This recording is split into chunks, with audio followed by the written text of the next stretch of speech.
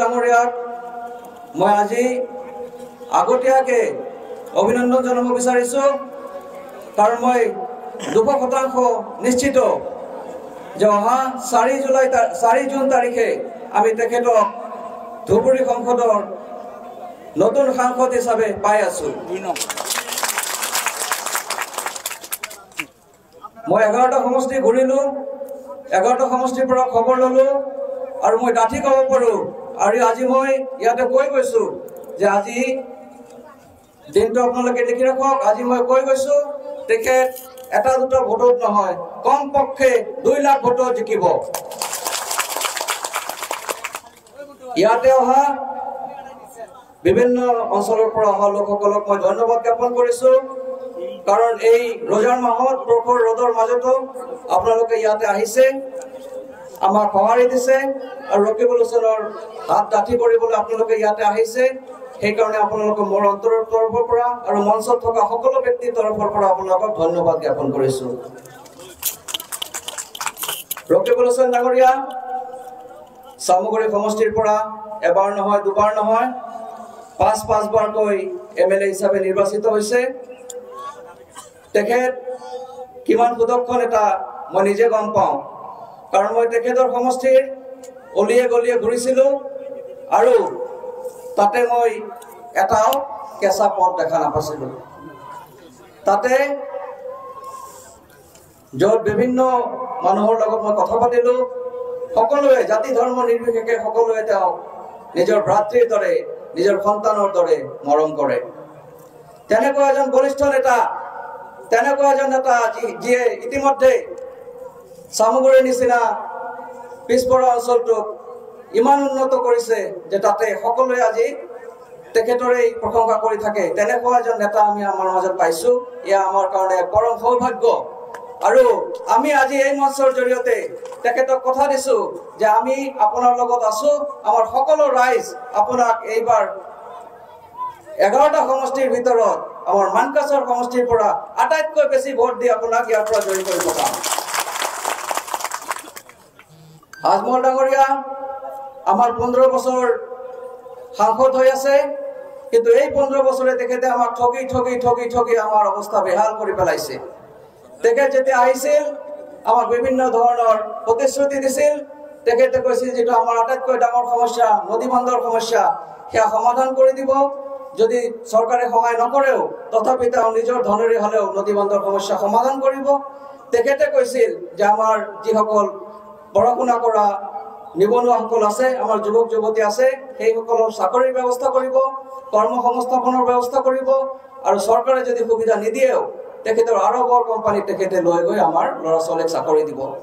তেখেতে হাতচিঙিমাৰীত ইণ্টাৰভিউ পাতি আমাৰ হাজাৰ হাজাৰ ল'ৰা ছোৱালীক প্ৰবঞ্চনা কৰিলে, ঠগিলে। কিন্তু ৰাইজ আপোনালোকে কওক, আজি আমাৰ ইয়াৰ পৰা কোনো এজন ল'ৰা ছোৱালী আৰবত গৈ পাইছে নেকি? তেখেতে কৈছিল যে আমাৰ ইয়াৰ ৰাস্তা ঘাট পথ পদূলিৰ সকলো সমস্যা সমাধান কৰি দিব। কিন্তু আজি মোৰ ক'বলৈ লাজ লাগিছে ইয়াতে যে গোটেই সমষ্টি, গোটেই জিলাত আমি তেখেতৰ এটা ফলক দেখুৱাব পৰা নাই। এয়া আমাৰ কাৰণে দুৰ্ভাগ্য।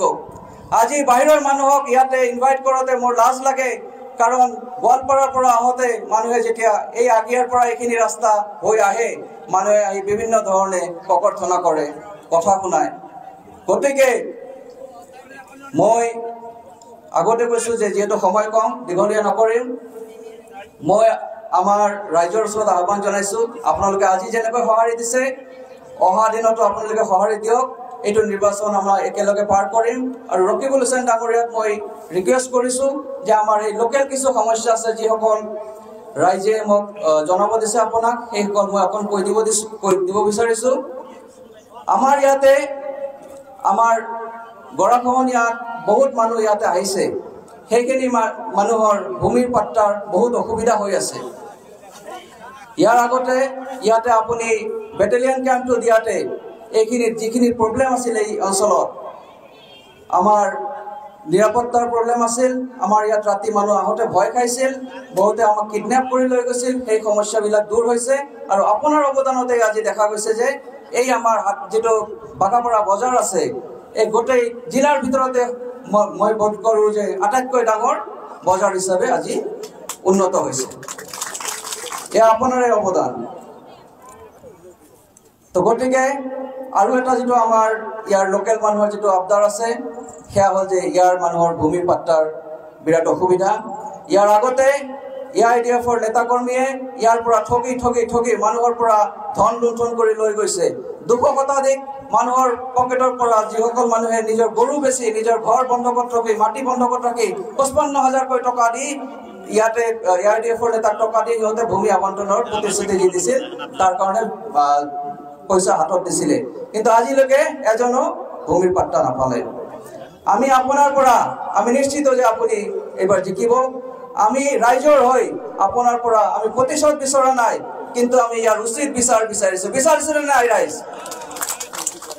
ৰাইজৰ আপুনি বিচাৰ কৰিব লাগিব স্যাৰ মই দীঘলীয়া নকৰো অৱশেষত এটা কথাই কম যে অহা দিনত কংগ্ৰেছৰ চৰকাৰ আহি আছে ভাৰতবৰ্ষত নৰেন্দ্ৰ মোদী ডাঙৰীয়াই আৰু অসমত আমাৰ হিমন্ত বিশ্ব শৰ্মা ডাঙৰীয়াই যি অত্যাচাৰ চলাইছে যি নিৰ্যাতন চলাইছে তাৰ পৰা ৰক্ষা কৰিবলৈ আজি ভাৰতবৰ্ষত ওপৰলাই মোৰ মনেৰে কয় যে ওপৰলাই ৰাহুল গান্ধীক পঠাইছে আৰু আমাৰ এই ধুবুৰী সমষ্টিত আমাৰ নিৰ্যাতনৰ পৰা ৰক্ষা কৰিবলৈ আমাৰ মাজত ৰকিবুল ইছলাম ডাঙৰীয়াক পঠাইছে ধন্যবাদ জয় অসম